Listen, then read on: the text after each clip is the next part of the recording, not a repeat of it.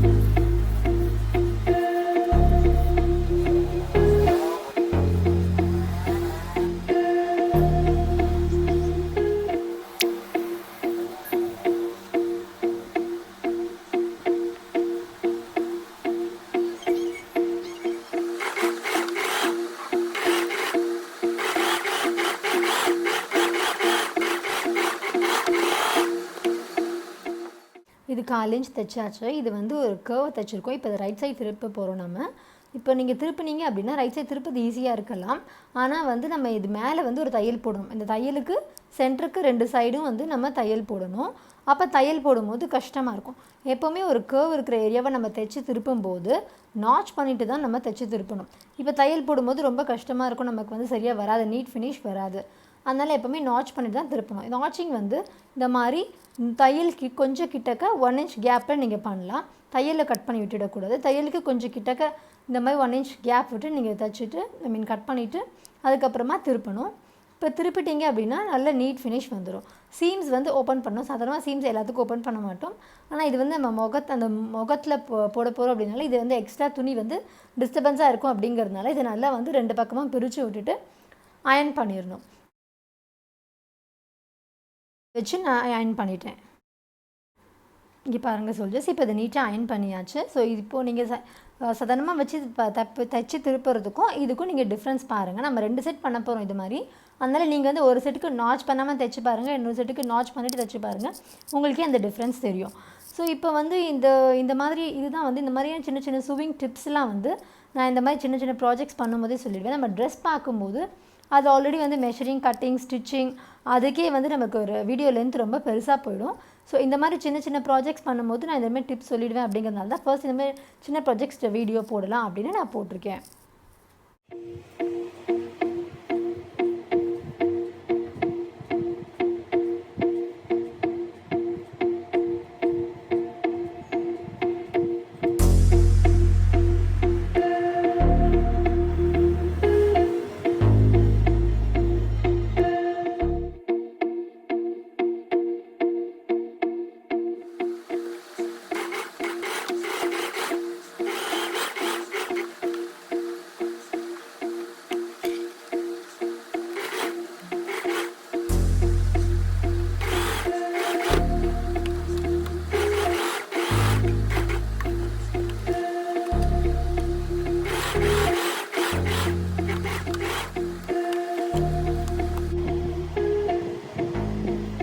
Edges corner தைச்சாச்சு. எப்படி நம்ம வந்து கர்வ்ஸ்க்கெல்லாம் வந்து நாச் பண்ணிட்டு திருப்புறோமோ அதே மாதிரி இந்த மாதிரி பாயிண்ட்ஸ்க்கு எட்ஜஸ்க்கு கார்னருக்கெல்லாம் வந்து ட்ரிம் பண்ணிடணும். தையலை தாண்டி இருக்கிற துணியை ட்ரிம் பண்ணிவிட்டு திருப்பணும். அப்படி திருப்பும் போது அந்த எட்ஜஸ்லாம் ஷார்ப்பாக வரும்.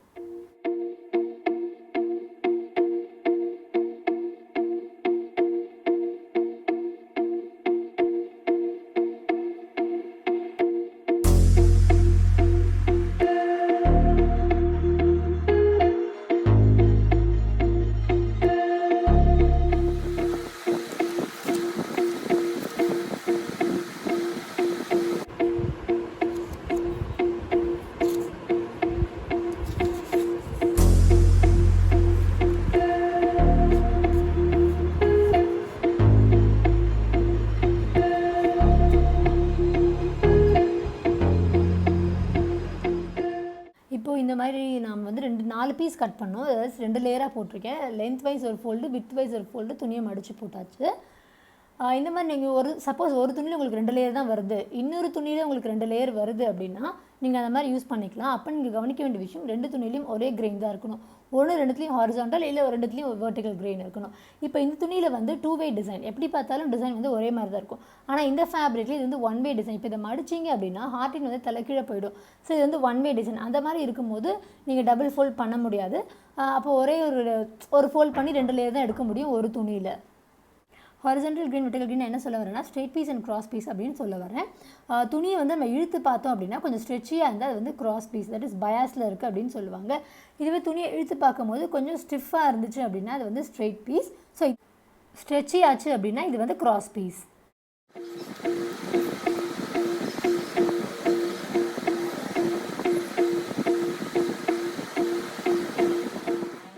இங்கே பாருங்கள், இது கர்வ்ஸில் இருக்குது. ஸோ கர்வ்ஸில் என்ன பண்ணணும்னு உங்களுக்கு ஞாபகம் இருக்கும் அப்படின்னு நான் நம்புகிறேன்.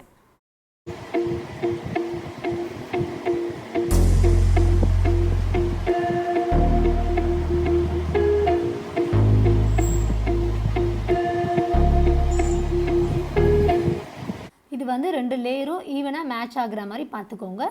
ஒவ்வொரு 2 லேயருமே ஒரு சைடு அது கரெக்டாக centre to centre, side to side match ஆகணும்.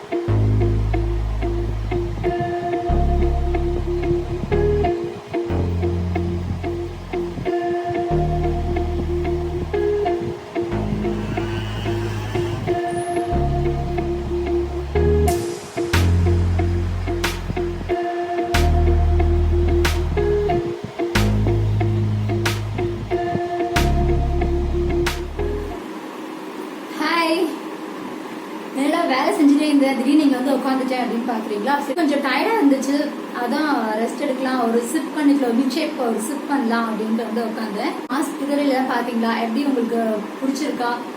கண்டிப்பாக இது உங்களுக்கு உபயோகமாக இருக்கும். கண்டிப்பாக வீட்டில் ட்ரை பண்ணி பாருங்கள். அப்புறம் இதில் ஓப்பனிங் இருக்குது அப்படிங்கிறதுனால யாரும் இது வந்து பேசும்போது எடுத்துட்டு பேசாதீங்க, அது நமக்கு சேஃப்டி கிடையாது. ஸோ கண்டிப்பா அது வந்து வெறும் நீங்க ஏதாவது ஒரு அவசரத்துக்கு ஒரு தண்ணி ஜூஸ் அந்த மாதிரி குடிக்கும் போது மட்டும் யூஸ் பண்ணிக்கோங்க. மற்றபடி பேசும்போது எடுத்துட்டு பேசாதீங்க. ஸோ இதாங்க மாஸ்க் பத்தி. அப்புறம் இந்த மில்க் ஷேக் பத்தி சொல்லணும் அப்படின்னா இது வந்து அவகேடோ மில்க் ஷேக். எனக்கு ரொம்ப பிடிச்ச ஃப்ரூட் அது. அது மட்டும் இல்லாம இது ரொம்ப ஹெல்த்தியான ஃப்ரூட். பெண்களுக்கு இது ரொம்ப ரொம்ப முக்கியம், ரொம்ப ரொம்ப சத்து கொடுக்கக்கூடிய ஃப்ரூட். யூட்ரஸை ப்ரொடெக்ட் பண்ணும். ஆக்சுவலி இந்த ஃப்ரூட் பாத்தீங்கன்னா யூட்ரஸ் ஷேப்ல தான் இருக்கும்.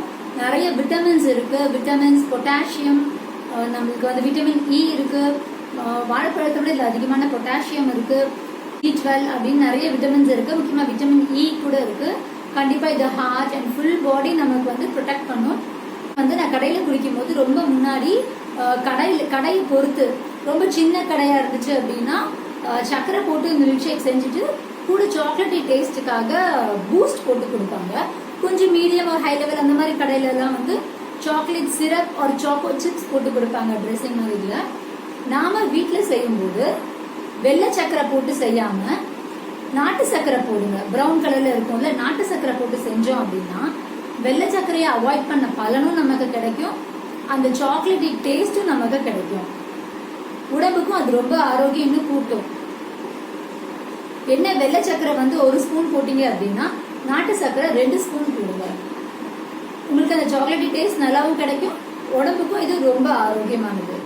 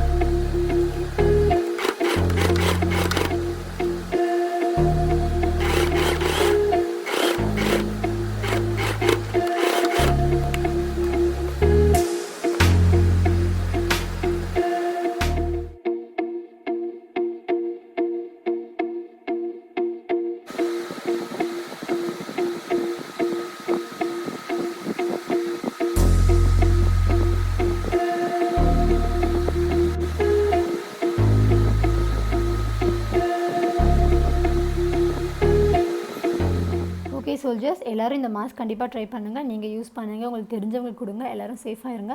இன்னொரு உபயோகமான வீடியோவில் சந்திப்போம். நீங்களும் உங்கள் அன்பு குடும்பமும் வாழ்க வளமுடன்.